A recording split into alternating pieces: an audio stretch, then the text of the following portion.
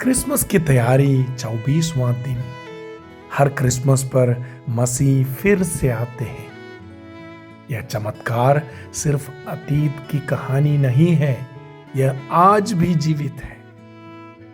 मैंने Christmas tree सजाया, चरनी बनाई, केक बनाया और अपने प्रियजनों के लिए ग्रीटिंग्स कार्ड लिखी।